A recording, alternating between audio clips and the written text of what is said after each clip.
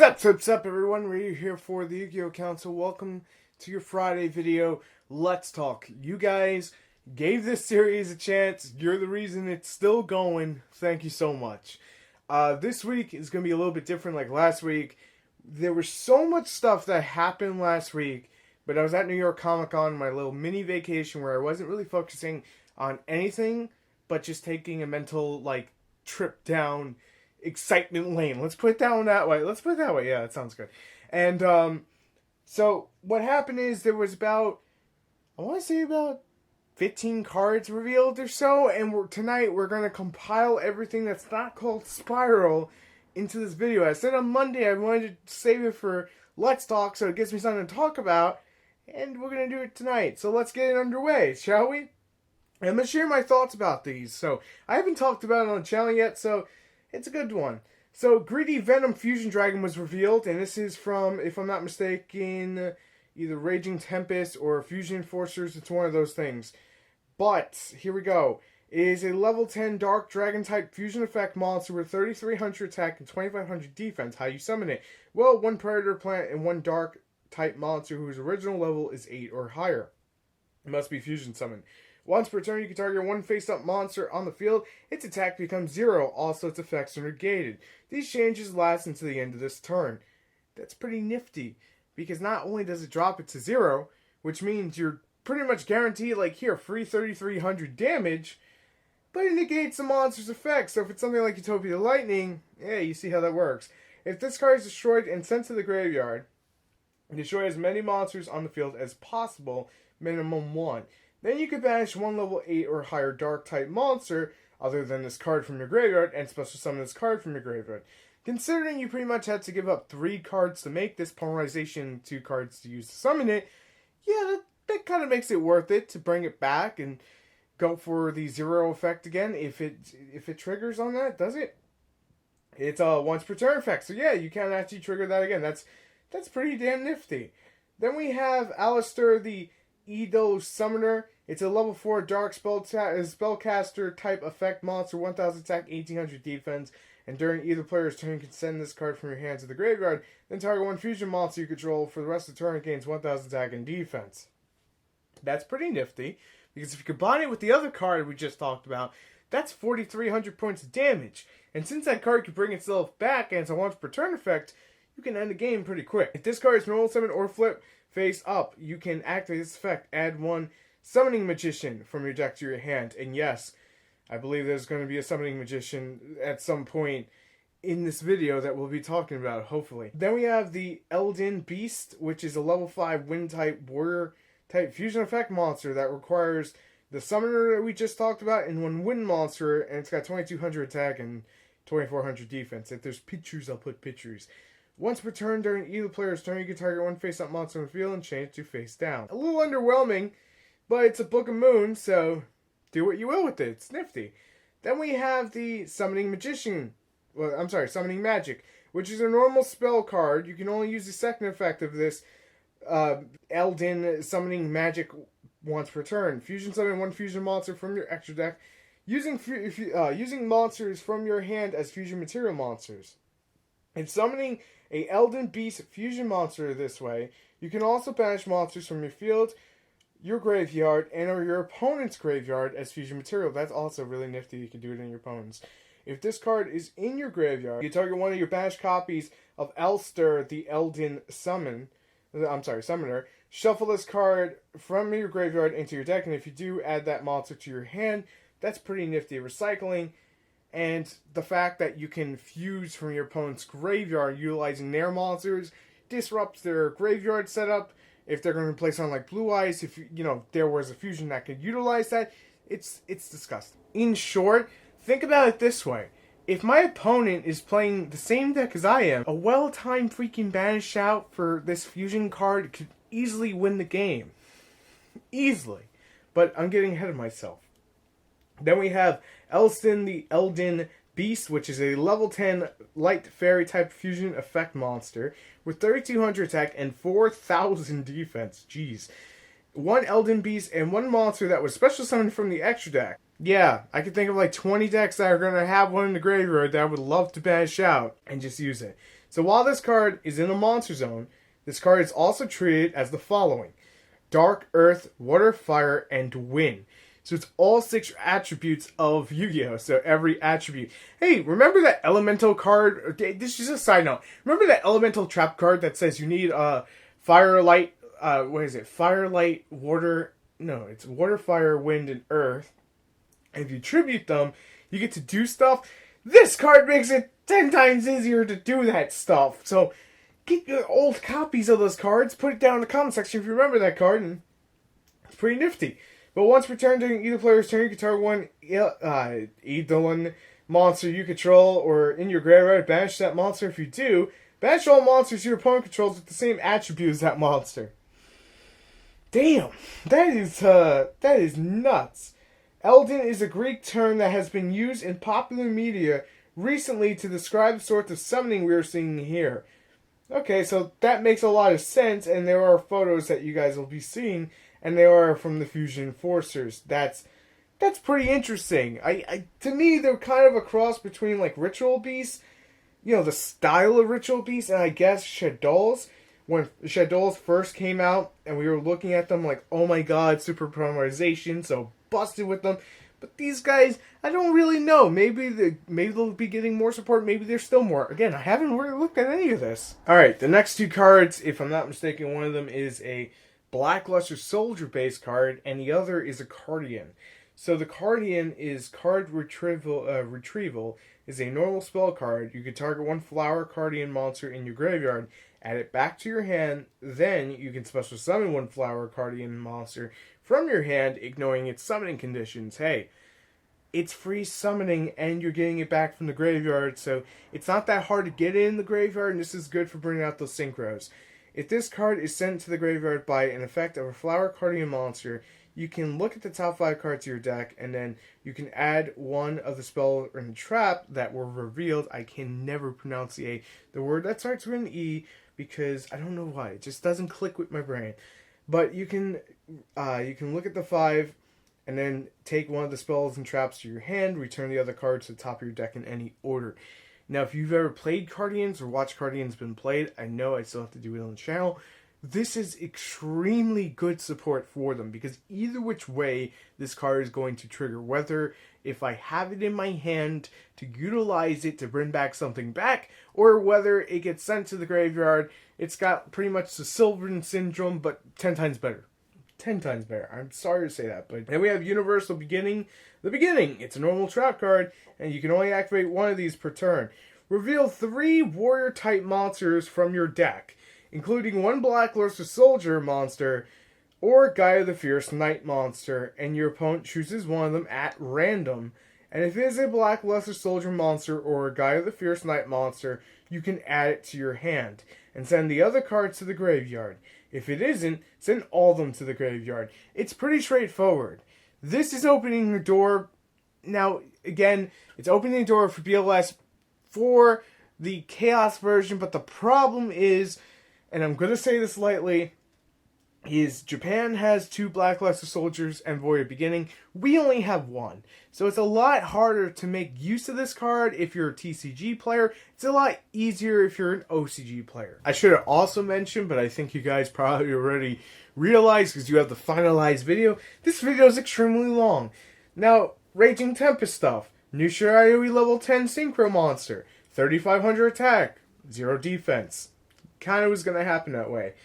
1 zombie-type tuner and 1 or more non-tuner zombie-type monsters. Doesn't require a synchro, like, you know, the whole Crystal Wing thing? No? Jeez. That's too good. You can only special summon one of these of the Shiranui once per turn. If this card is special summon, you can activate this effect. Shuffle any number of your zombie-type synchro monsters you have in your graveyard or that you have banished into the extra deck. Then you can destroy the same number of cards your opponent controls. So you're always going to pretty much get 1 card off the board. This thing is huge.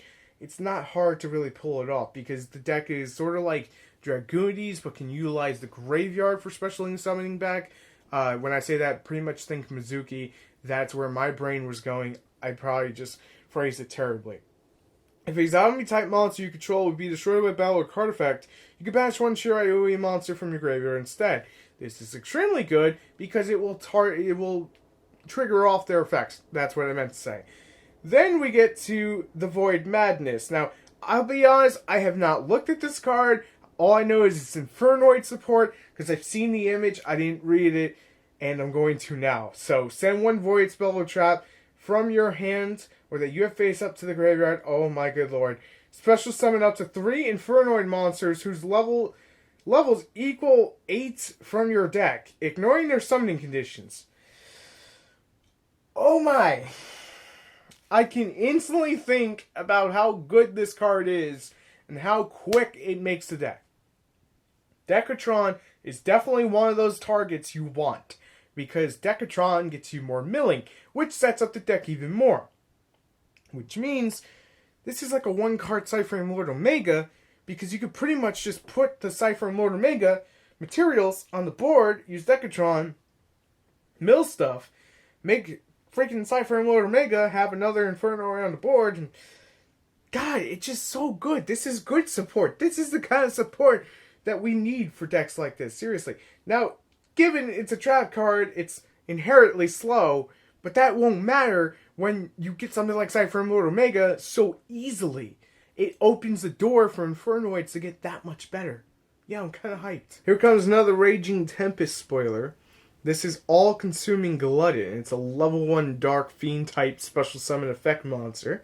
This card cannot be normal summon or set, and it can only be special summoned from your hand if you banish 5 or more cards face down from your hand or your side of the field and or from your extra deck. This card gains 100 attack and defense for each banished face down card. This card cannot be tributed or used as a monster for a fusion synchro or exceed. And once per turn, if this card battles an opponent's monster during the start of the damage step, you can banish that opponent's monster face down. Only thing I can really think about this card is Pod Desires. You banish out 10, you trigger this guy off, and he becomes big. But for all that set up, this card is not worth it. It's probably the poopiest, yeah, I'm saying poopiest, it's probably the shittiest one that we'll be talking about today, to say the least. I hate to bag on the card, but it's not good. The time that it takes to set this thing up, I'd rather set up Necroface and get a bigger beater and stuff put back in my deck and not have to worry about it. I also heard stuff about this card, which is Super Soldier Origin. It's a ritual spell card. This card can be used to ritual summon any Blackluster Soldier ritual monster. You can only activate one Super Soldier Origin once per turn. Send monsters from the following locations, whose levels are exactly 8. Then ritual summon one Blackluster Soldier ritual monster from your hand or graveyard. One light monster from your hand, and one dark monster from your deck. One dark monster from your hand, and one light monster from your deck. Also sets up a lot of chaos stuff. That's pretty cool, I'm not going to lie. I'm interested to really know what you guys think about that one, because I don't really have a stance on it. I haven't played with the BLS stuff. I'm intrigued by the BLS stuff. Again, I just have not played with it. And then we get to, of course, Fusion Enforcers, which I know so many of you want me to talk about. This is part of the reason Fluffable Sheep is increased in price to about $10. And I'm just going to read off the whole thing. So obviously with a name like Fusion Enforcers, you would figure it'd be Fusion support. Oh boy, is it ever. It contains support for Edgimp, Fluffle, Frightfur, introduces the Eidolon Beast, I'm probably incorrectly saying that, and of course the first support for Predaplant. Those are going to be the 3 things. We even have a TCG release date. Thank you, Comic-Con New York, for that one. That was just a what the fuck kind of scenario. So there's really not anything new about the Fluffles that I have not talked about on the channel from this set. The only thing that has been, confirmed that is in that set is the Kraken. The Kraken's interesting. I gave my thoughts about it. I even showed it in dual video. Someone used it against me, and I thought it was pretty cool. That's really just all I can really say. Of course, then we have more spoilers, which is, the point of this video is to talk about all. Let me start with the Kriston level 9 water-type machine synchro effect monster with 3,000 attack and 3,000 defense. It's level 9. It requires 2 or more tuners and 1 non-tuner monster. Also pretty interesting. If this card is synchro summon, you can target monsters in your opponent controls or in their graveyard equal to the number of synchro materials used for this card's synchro summon and banish those monsters, so 3. Pretty much. It's always going to be at least 3. If this synchro summon card is destroyed by battle or card effect, you target one banished monster, except this card, and special summon it. This is nifty. Crystons need a true to form boss monster.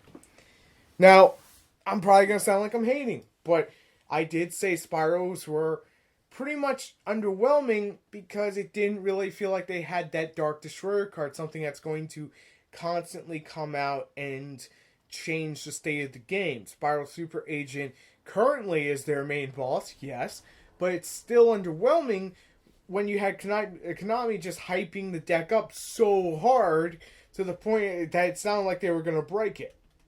Now, this is an interesting card, and I've seen a few people using it, and I think it's hilarious, and I'll talk about the pros and the cons of it. This is probably the biggest one I'll be talking about. Lawn mowing next door. If there are more cards in your deck than your opponent's deck, send the cards from the top of your deck to the graveyard until it's the same size as your opponent. So the only reason this card fully works, to be fair, is Pot of Desires. However, in a Lightsworn Mirror match, I let my opponent mill more than I do. I could play this, gain massive advantage, and go from there. But, as I said, since Pot of Desires is popular, this is a great card right now. I can't say in the future that it will stay that way because it depends on the playability of Pot of Desires moving forward. Because of something like this, people may stop playing Pot of Desires in every single deck, to be fair. Not that I think that's going to happen, but hey, it could happen. Terminal World next. Continuous spell card. This is part of like the terminal kind of line of things. Not the dual terminals, but there's a terminal spell card, and this is like the 4th incarnation. Activate only if you control no other cards, and your opponent can only controls 3 or less monsters and 3 or less spell and trap cards. Neither player can control more than 3 monsters. Also, neither player can control more than 3 spell or trap cards. So you can only have 6 cards on the field at a given time. It's kind of like Kaiser Coliseum, that Konami banned. Thanks. Then we get to Fairy Tale Cinderella. Ties to the Brethren. Yeah, I know it's been said. Monsters on the field cannot be targeted by the effects of spell cards except this one. Once per turn, you can discard 1 spell card, equip 1 equipped spell card from your hand deck or graveyard to this card, but return that card to the hand during the end phase. Hi, Moon Mirror Shield. How the hell are you? Then we have a trap card called Macromorph. Target 1 face-up monster your opponent controls. That monster's attack and defense are doubled, but it cannot attack directly. No one's really going to play that card unless you really want to Ragnar Zero draw. I know it seems like I was hating on the trap card. I shouldn't be so mean. I know. True King. The Disaster. We've seen this. We've seen the Fire one and I believe a Water one. So you can only use the effect of True Disaster once per turn. It's 2500 attack, 2300 defense, level 9 worm type. During your main phase, you can destroy 2 monsters in your hand or face up on your side of the field, including an Earth monster. If you do, you specialist card from your hand, and if you destroy 2 Earth monsters this way, you can look at your opponent's extra deck and banish up to 3 monsters with different names from it. It's pretty much Winter Cherries. In a way, it really is. I'm not a big fan of this one. If this card is destroyed by a card effect, you can special summon 1 non-Earth worm-type monster from your graveyard. It's kind of meh, to be fair. Someone's going to tell me it's so broken. I'm sorry. Wind Witch, Crystal Bell, level 8 spellcaster type fusion. 2800 attack, 2400 defense. Fusion materials require Wind Witch, Winter Bell, and 1 Wind Witch monster. You can only use the effect of Wind Witch Crystal Bell once per turn. You can target 1 monster in either player's graveyard. Until the end phase, this card is treated as having the same name as that monster and gains its effects. If this card is destroyed by your opponent and sent to the graveyard, you can target 1 Wind Witch Winter Bell and 1 level or lower, 1 level question or lower. Wind Witch monster in your graveyard and special summon them. Pretty interesting, to say the least. I haven't really looked at the archetype, to be fair. Parasite Fusioner. Level 1 Dark Insect type monster with 0 attack and 0 defense. Parasite, anyone? This card can only be used as fusion material with its first effect. You can substitute this card for any one fusion material monster, but the other fusion material monster must be correct. Hold the phone. We haven't gotten one of these kind of monsters in at least 6 years. That's insane. If this card is special summon, you can fusion summon one fusion monster from your extra deck by sending fusion material monsters listed on it from your side of the field to the graveyard, including this card. Okay, so if I pendulum summon it, I can go from there. Then there's a new Performer Pal, Laugh Maker. I'm sorry, but I just don't like the Performer Pal names anymore. They're kind of wacky. 2,500 attack, 2,000 defense, level 8. Pendulum skill of 5. Once per turn, if your opponent controls a monster whose current attack is greater than its original attack, you can activate this effect, gain 1,000 life points. Monster effect reads: you can only use one Performer Pal Laugh Maker monster effect per turn, and only once that turn. When this card declares an attack, you can activate this card's effect. Until the end of the battle phase, this card gains 1,000 attack for each monster your opponent controls, whose attack is greater than its original attack, and 1,000 attack if this card's attack is greater than its original attack. God, so much text. If this card is destroyed by battle or card effect while its current attack is greater than its original attack, you can target one monster in your graveyard and special summon that monster. It's okay at best, I guess. I really don't know what to say there. Janushis are super rare. TCG the BLS Ultra, calling it now. Switch Hero, not a hero card. It's pretty much Saitama. It's just a hero for fun. Normal trap card. If there's an equal number of monsters on both sides of the field, both players exchange control of all their monsters. It's a dirty card. If you time it right, it's probably going to end up on Tech Tuesday at one day in the long, long future. Then we have Metronome, level 4 Earth Fairy type Pendulum monster. Effect monster, 1,800 attack, 1,600 defense, Pendulum skill 4. Pendulum effect reads: once per turn you can target a card in either player's Pendulum zone. Besides this, until the end of this turn, this card's Pendulum skill becomes the same as that target.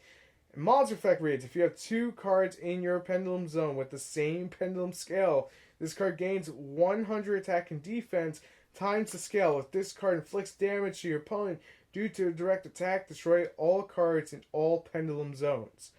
That's kind of okay. Apprentice Piper. Level 2 Dark Spellcaster type flip effect monster, 100 attack, 1,500 defense. If this card is flipped face up, you can special one monster from your hand. If this card is destroyed by battle or card effect and sent to the graveyard, you can special one monster from your hand.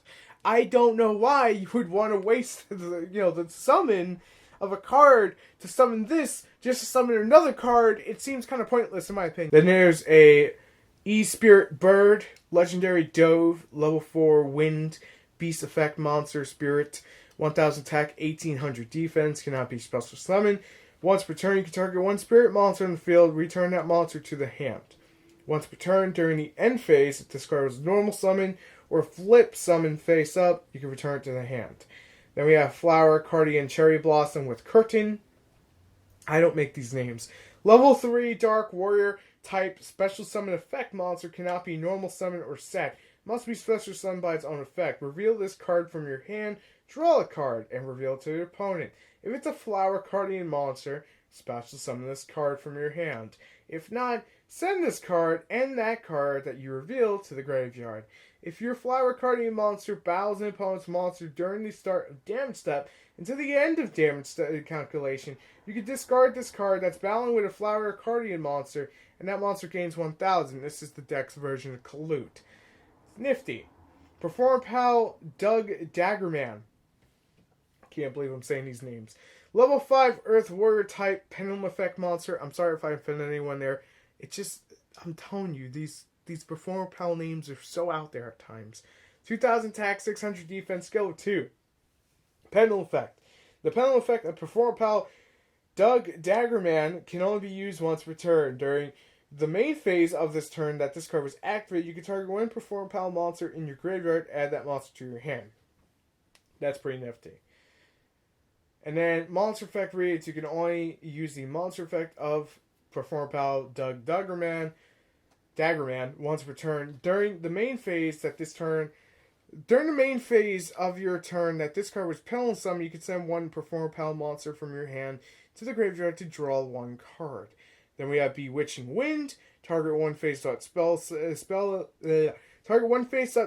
special summon monster, negate its effect and half its original attack. While this card is in your graveyard and your opponent special summons a monster from the extra deck, you can set this card on your opponent's side of the field. I don't even know why. If this card was set by this effect, banish it when it leaves the field. Again, I can't make heads or tails of that one. E-Spirits Shinobi Garasu, known as Shinobi Crow. I'm losing my energy here. Not enough coffee. Level 4 Wing Beast Spirit effect monster 0 attack 0 defense cannot be special summon. Once per turn during the start of a damage step until the end of damage calculation, which this card attacks or is attacked by an opponent's monster, you can discard one spirit monster from your hand until the end of the battle phase. This card gains attack and defense equal to the attack and defense of the card discarded. Once per turn during the end phase, when this card is normal summon or flip face up, return to the hand. I guess that's kind of right. I'm not really a fan of that one. It's kind of pointless, to be honest, to say the least. I know I'm probably going to piss someone off. You don't know what you're talking about. You don't know what you're talking about at all, Ryu. Now, there is one thing I do want to mention that wasn't really something I wanted to talk about, but it needs to be said. Just calling Treat Toad totally, like, what, Konami? What? But I just had to make mention of it. Totally is Treat Toad in a TCG. It's a secret. So is a new dimensional card that we talked about on Tech Tuesday. Also, Dark Side of Dimensions has a American release date for the movie theaters, and that's January 20th. Put on your winter coats. January 20th, 2017 is coming, and it wants you to go to the theaters to see the Dark Side of Dimension. Just saying. Promise Return of the Ritual Beast. Oh, I'm so excited to talk about this one. Banish one Ritual Beast monster from your hand, then target one of the Ritual Beast monsters that is banished or in the graveyard and special summon it. I like this card, but at the same time, I don't make heads or tails of it that if this is going to be the support that the deck truly needed. Again, I'm not calling it bad, and I'm not saying it's broken. It's not totally awesome. Haha! Okay, that was really shitty. Blame Konami for that totally awesome. That's going to drive me nuts to the end of time. The final card, my friends, to talk about that I missed out on was the Predaplant. That's level 3, 300 attack and 2100 defense. I feel like I went over this when we go over it. When this card inflicts battle damage to your opponent, you can target one face-up monster your opponent controls and place one Predator counter on it. A level 2 or higher monster with Predator counter becomes a level 1. Once per turn, you can target one monster your opponent controls whose level is same or less to this card's. Gain control of that monster into the end phase. Obviously, you're going to fusion summon it with it. That's the premises. That was totally awesome. Am I saying totally or totally? That's for you to decide. Anyway, it's super fucking late when I finish, recording this whole audio track for Let's Talk, and I put everything I got into it. God knows I need rest. That's everything I missed out from last week, from Comic-Con New York, everything I didn't talk about on the channel because I didn't have time. It was a 4-day convention. It was a 4-day break for me. And I just want to say again, thank you guys. Without you guys, I would not be able to do what I do here on the Yu-Gi-Oh! Council. It is an honor. As tired as I am, as much as my body wants to give out at this point and just lay on the floor, that is so comfortable right now. It really is. Just like lay here. I just want to say thank you guys so much for constantly supporting the channel. And if you're brand new and you enjoy the video and you like my work enthusiastic ways of handling videos and my spunkiness of being all over the place, make sure to hit that subscribe button so you don't miss out on a video upload. Also, guys, I know this is really shitty for me to ask, but make sure to leave a like on the video because it helps grow out the channel. And as it helps grow out the channel, it helps me get out there to a wider audience. And it just makes it easier to start working harder It gives you more motivation, makes you feel good to work harder on like more difficult videos. It's just good feeling around. Finally, if you're still watching this point, you're getting a little secret here. The other day I was working on live streams on YouTube. Fuck Twitch. I have my reasons. But right here on YouTube. And they're going to be soon enough. Shh. Just a few more days. Thank you guys so much for watching. And I'll see you on the next videos. Oh, wait.